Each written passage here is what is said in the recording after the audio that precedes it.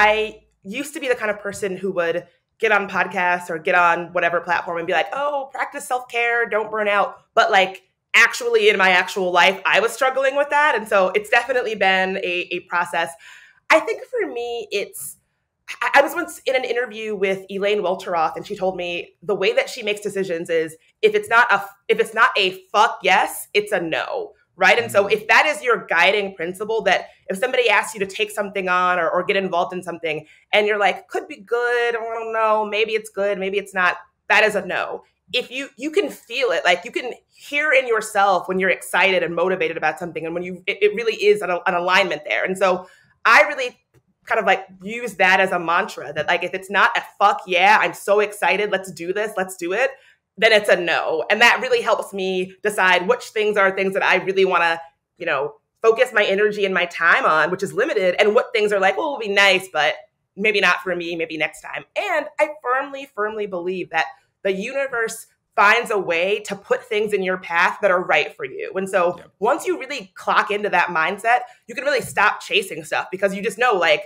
what is for me will find me and will click with me and will work out with me. And if it doesn't, then it just wasn't right. And so that's really been a way that I've prioritized what I take on versus what I don't. But then also like just logistically, I think I can be a little bit, I don't want to say difficult to work with, but I'm particular because I have so much on my plate. And so it's like, I know that I am not one of those entrepreneurs who's like, get up at 6 a.m. I'm not a morning person. It's just, I've never have been. I never will be. There's not a version of myself where I'm going to be getting up at 6 to hit the gym. It's just not going to happen. And so I know that I don't want to do anything early in the morning. And so if somebody wants to get on a call with me or work with me, they have to accept who I am. And that's part of it. And so just really being particular about how I know I work best, and not giving into this idea of like, well, I got to be on someone else's schedule, or I got to be this version of somebody else, of what somebody else thinks I should be. Right. And so just really focusing on that. But sometimes that means like, yeah, I can't get on a call with you before 9 because that's my time. Or,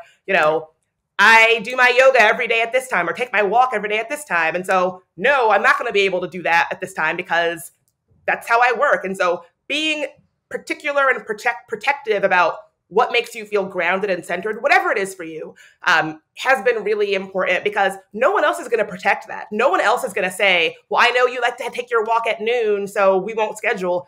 No one else is going to, make that a priority but yourself. And so sometimes that can mean feeling like people are annoyed by you, but that's okay. If they want to work with you, they'll figure that'll be fine. Yeah. But it's funny. I'm just like you. Like I've tried hard to be that morning person. I'm just not. I'm a night person. Some of that stems from I used to work, with people in LA, and I work on the East Coast. So I'm just used to calls late at night. And so like my body is just more positioned for that. But that also, I now know that I work better that way. So if I'm trying to force myself to work early, that's not good for anybody. It's not sustainable for me. And I'm not giving them the right kind of energy that I could give if I'm operating on the schedule that is most conducive for my lifestyle. Absolutely. And I'm so glad that you said that, because I actually think that we have this like vision of what an entrepreneur is supposed to be like, look like, act like. And I think they get up at 6 a.m., they hit the gym, and for some people that works, but you can be an entrepreneur and be all kinds of ways, and all like, you don't have to get up early and like be a grind hustle kind of person to be an entrepreneur. And when you try to fit into somebody else's mold of what success looks like, that is when you are making it so that you actually can't show up with authenticity. You can't show up as your best self because you're trying to give somebody else's best self, and you can only give your best self, Yep. And the boundaries that you were talking about, it's incredible. Like you really spelled out some very specific boundaries. Like I can tell you've put a lot of thought into this, and that you've actually been regimented in making sure that you keep those boundaries. I know that I backslide on those kind of boundaries a lot. And so like, I know that I backslide a lot. So I had to hire an assistant to help me to make sure that I maintain those boundaries, because I suck at saying no to things. I want to champion every cause. I want to help every single person who reaches out to me, but like I need a buffer to help me say no so I don't feel bad at the end of the day. So like sometimes you might have to just recognize that you aren't the best person to maintain your boundaries. You might have to bring someone in to help you with that. Oh my God, I just hired a virtual assistant, and she knows, like, I don't want to do calls on Mondays because Mondays are for deep focused work and thought and like getting organized. So I don't want to do anything on Mondays. I don't want to do anything before 10 because my brain doesn't really turn on before 10, right? And so if somebody emailed me, I would be like, oh, well, maybe I can make it work. But exactly, like I need someone else who knows what the marching orders are and can execute them, because I know that I will not. I will backslide. I will, if I'm in charge of my schedule, we'll be having calls at 6 a.m. from the treadmill or something. It's like something completely not what I want to be doing. Yep, that's me too.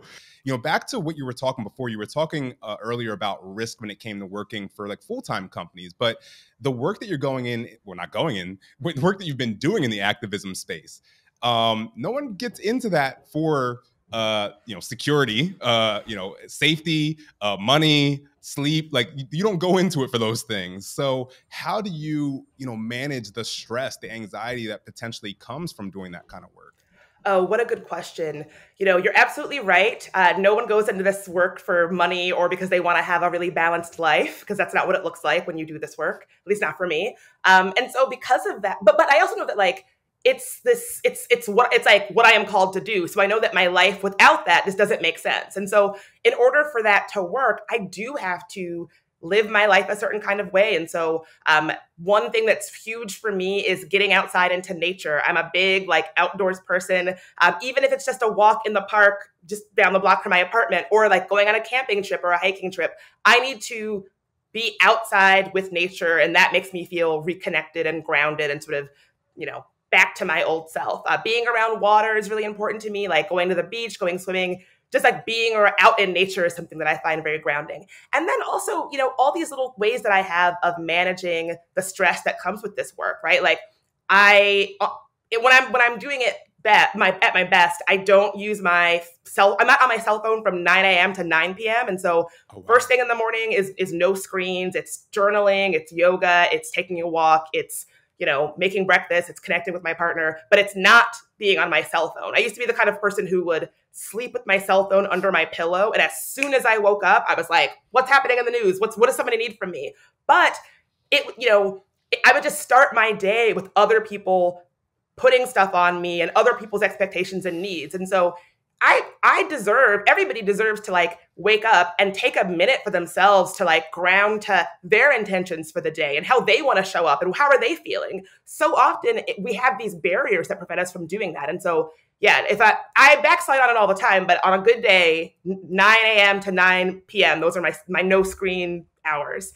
But yeah, it's really just making sure that I have a good sense of what really matters in my life. And what matters in my life is like the people in it and like connecting with my family, connecting with nature, connecting with my friends, that I find really, really grounding. And it just reminds me that, the work that I do is very important, but it's not who I am. Who I am is all these other things. And just really connecting with that is really important to keep me on track for all the other stuff.